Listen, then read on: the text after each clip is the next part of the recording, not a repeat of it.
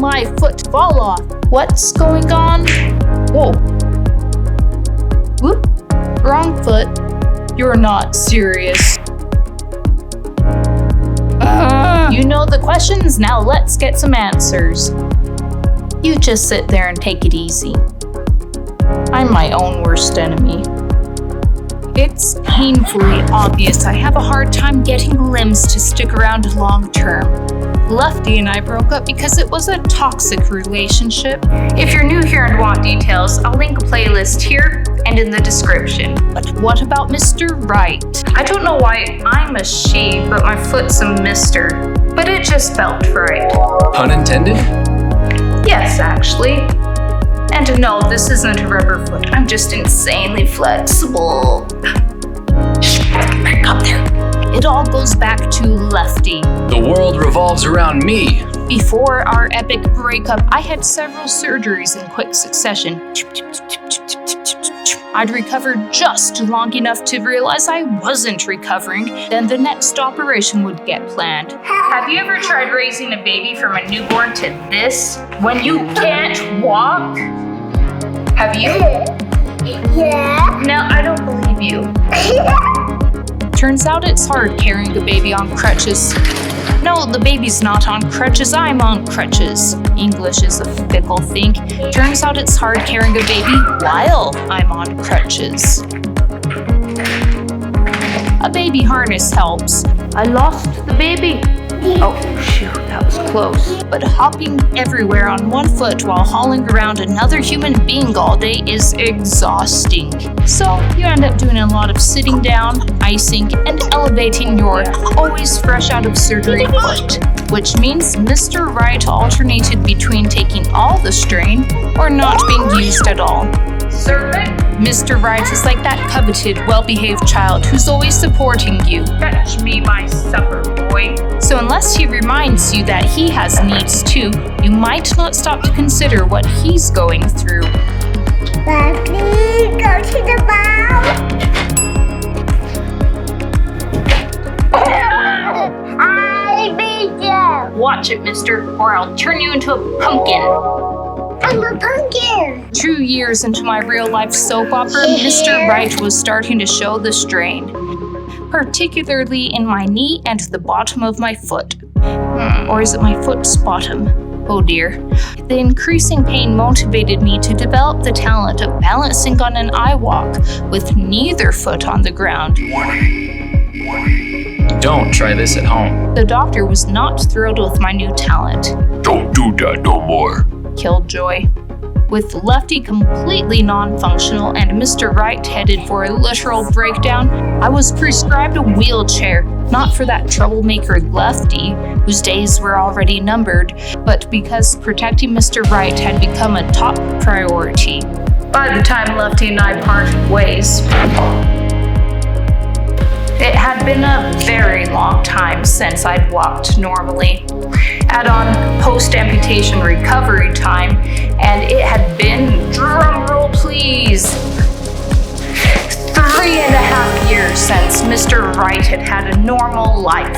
To welcome him back to the game, I immediately thrust him into the challenge of learning to partner up with my prosthesis. That's when things started going wrong.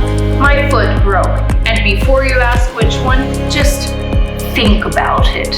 The exact cause is hard to pin down, but the general idea is that my foot had had such a hard run. Did you like that pun? Hint, hint. That it was more susceptible to injury. Mr. Right had gone from too much strain to not walking at all, so it wasn't conditioned to walking when suddenly I was expecting it to take on more than its fair share again. The load isn't split 50-50 for a unilateral amputee. That's fancy speak for a unilegger. The good foot is going to take extra pressure while you're learning to walk, except Mr. Right, poor fellow, wasn't quite up to it and developed a stress fracture. I just can't take the stress. That was a bummer.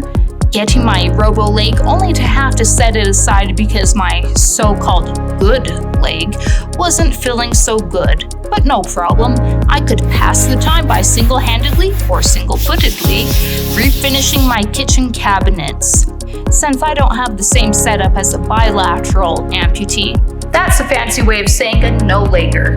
Transferring between my wheelchair and the car or the toilet was, shall we say, awkward.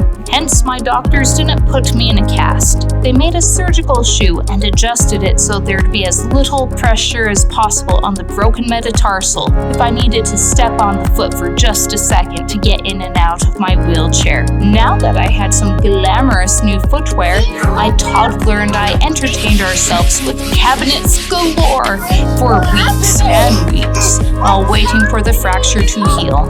Time passes slowly when you're sitting in a pile of sawdust with a broken foot and a toddler, but eventually Mr. Right was declared well.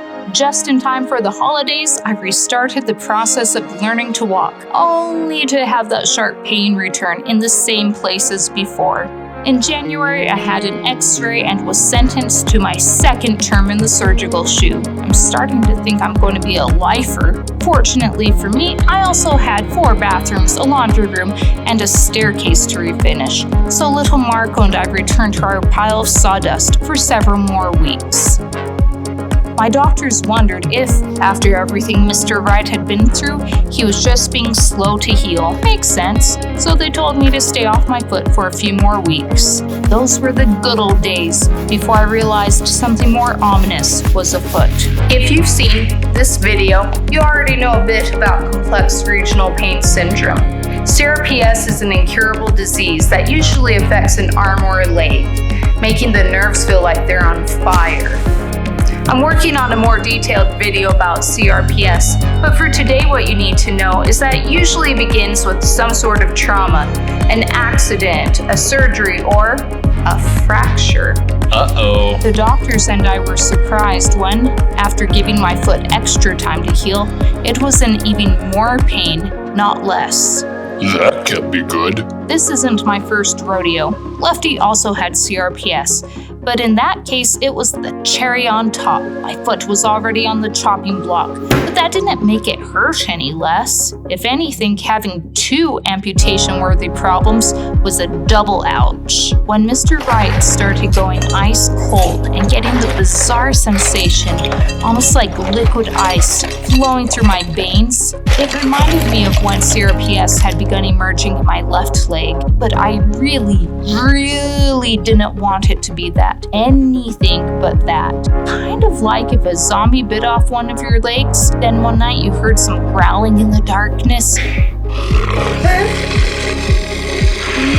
You'd tell yourself, it's only a dog, it's only a dog, it's only a dog, it's only a dog, it's only a dog. Happy Halloween, Honey, have you seen the other half of my tibia? I can't find it anywhere. No! Hey, it was only a dog. Bring back my tibia! The day I got the diagnosis, something crazy and completely unrelated happened. Likewise, my treatment journey hasn't been standard. So, click the bell if you don't want to miss a single episode in the crazy reality series known as My Life. You look tired. Here, lie down. Let's get you to bed. Will Mr. Right and Stephanina spend the rest of their days together as she selflessly nurses him through his incurable disease? She does it out of pure love. I will keep it nice and close. Or will this relationship turn toxic? Sometimes I just need you to hold my hand. I don't have any hands. All you do have are excuses. And end in a dramatic breakup, just like last season.